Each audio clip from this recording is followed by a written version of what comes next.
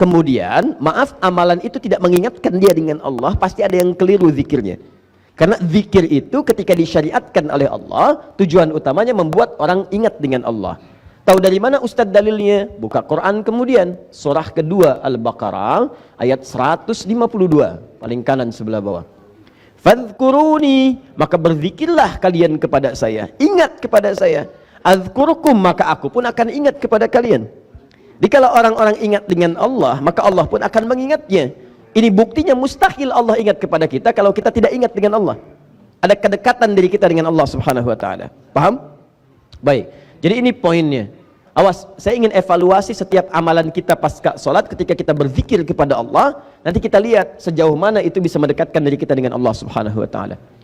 Apa amalan-amalan itu diantaranya? 1, bacaan istighfar, sudah kita bahas. Ya.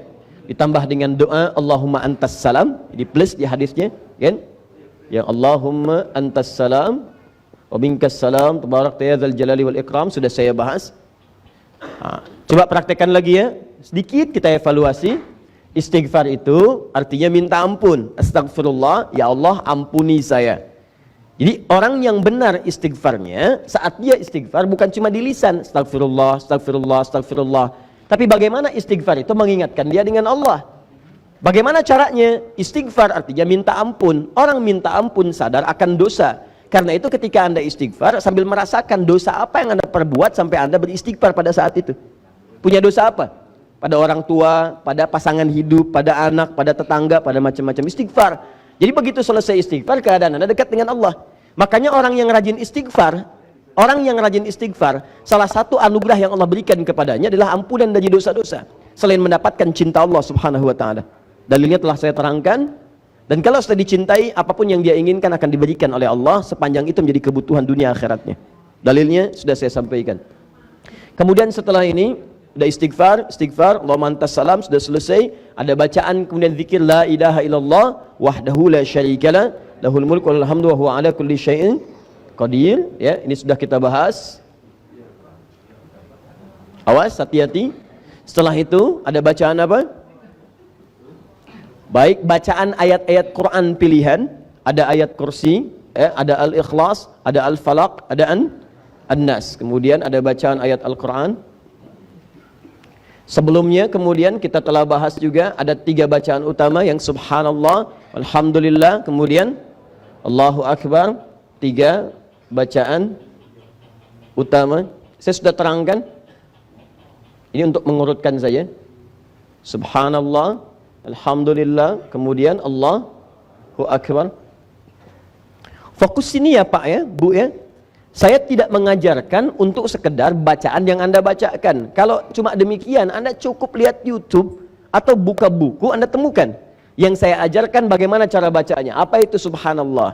Apa itu alhamdulillah? Apa itu Allahu Akbar? Bagaimana cara mengamalkannya? Jadi begitu Anda lakukan, keadaan Anda setelah baca ini lebih dekat dengan Allah, itu ukurannya. Bukan cuma di lisan. Masih ingat keterangan saya tempo lalu? Orang yang baca subhanallah, subhanallah itu artinya menepikan segala hal yang tidak terkait dengan sifat dan keagungan Allah Subhanahu wa taala. Jadi kalau sudah subhanallah, Allah tidak akan disekutukan dengan apa-apa lagi. Sedang nonton, Allahu Akbar, TV ditinggalkan. Ada pekerjaan, Allahu Akbar, pekerjaan bisa ditunda, bukan yang sifatnya mendesak. Maka Anda tunda dulu, tunaikan sholat. Itu yang disebut dengan subhanallah.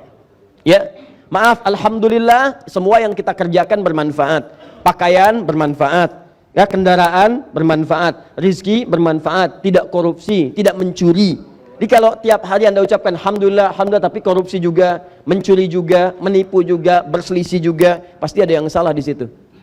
Pasti ada yang salah. Apalagi maaf ya, maaf sudah menipu, mencuri. Ya begitu kemudian ditanya, ayo bawa tasbih, subhanallah, subhanallah, pakai peci, mulai pakai kerudung gitu kan. Nah, pasti ada yang salah. Nah, kalau ini sudah selesai, termasuk nanti bacaan ayat kursi. Nah, apa ciri keberhasilan orang yang zikir dengan bacaan-bacaan ini dengan termasuk ayat kursi?